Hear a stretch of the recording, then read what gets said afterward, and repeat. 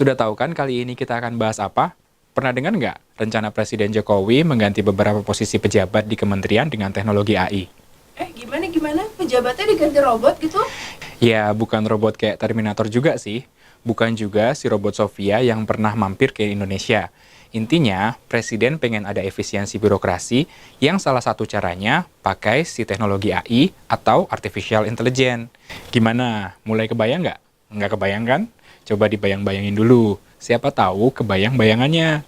Yuk, sini. Semua mendekat merapat, kita bahas tuntas soal AI, dan selamat datang di Kominfopedia.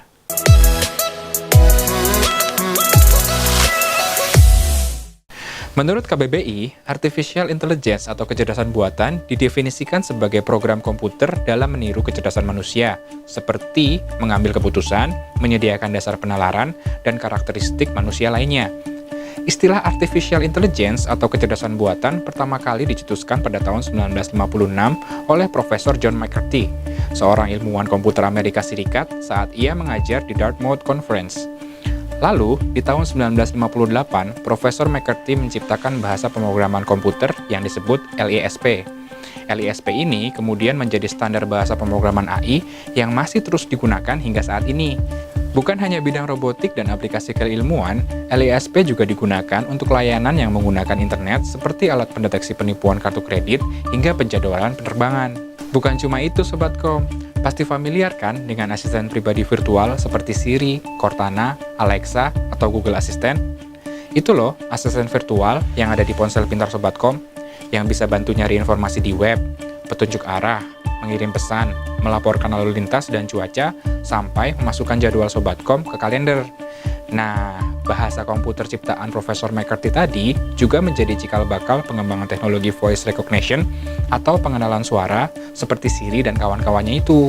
Nggak salah kalau Profesor McCarthy kemudian dijuluki sebagai Father of Artificial Intelligence. Salah nggak? Kalau salah ya tolong dimaafin ya. Ada lagi nih, pengembangan teknologi AI yang pasti pernah kalian dengar, Active Driving Assistant. Itu loh, fitur kendaraan yang memungkinkan pengendara melepas kemudi dan pedal gas saat menjelajah di tol, mendeteksi dan menyesuaikan kecepatan dengan kendaraan di depan.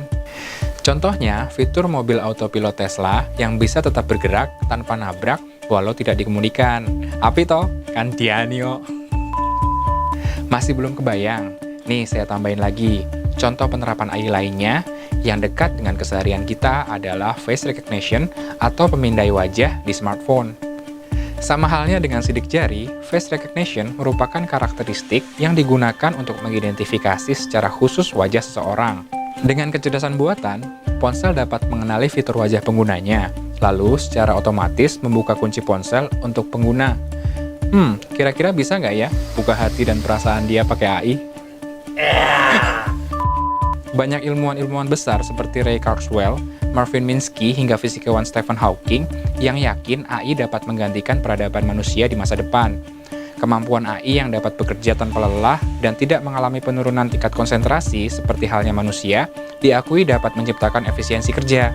Salah satu contohnya yang dilakukan oleh Fukoku Mutual Life Insurance pada 2017 lalu. Perusahaan asuransi asal Jepang ini mengganti 34 karyawannya untuk menghitung pembayaran asuransi dengan teknologi AI Watson Explorer milik IBM.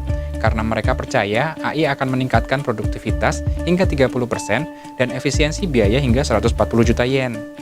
Di Indonesia, pemerintah juga sudah menggunakan kecerdasan buatan untuk meningkatkan efisiensi.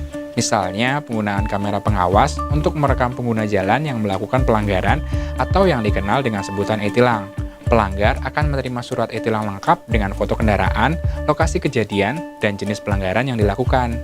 Kementerian Komunikasi dan Informatika sendiri telah menggunakan teknologi AI pada layanan chatbot anti-hoax dalam menangkal hoax dan ujaran kebencian. Chatbot anti-hoax adalah program komputer yang dirancang untuk menjawab setiap pertanyaan publik mengenai informasi yang masih diragukan kebenarannya. Kemkominfo mendukung Prosa, startup pengembang natural language processing dalam mengembangkan layanan ini. Chatbot anti-hoax dapat mempermudah masyarakat melakukan pengecekan kebenaran sebuah informasi atau berita yang diperoleh. Informasi klarifikasi hoaks yang akan disajikan chatbot berasal dari database atau pangkalan data mesin AIS Kemkominfo. Chatbot anti-hoax ini terkoneksi dengan aplikasi pesan instan Telegram melalui akun @chatbotantihoax.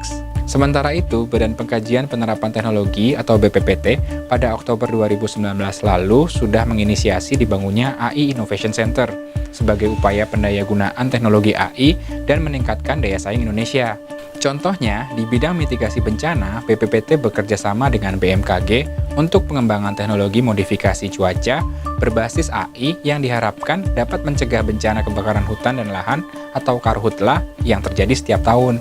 Data yang dimiliki BMKG terkait musim kemarau, musim hujan, dan iklim lainnya akan diproses oleh AI untuk machine learning atau deep learning.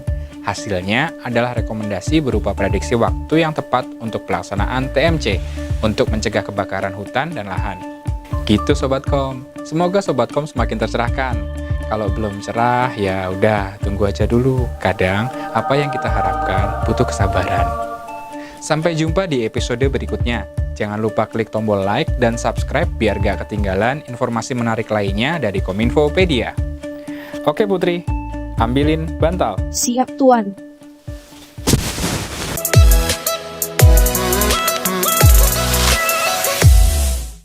Cerdas di era digital.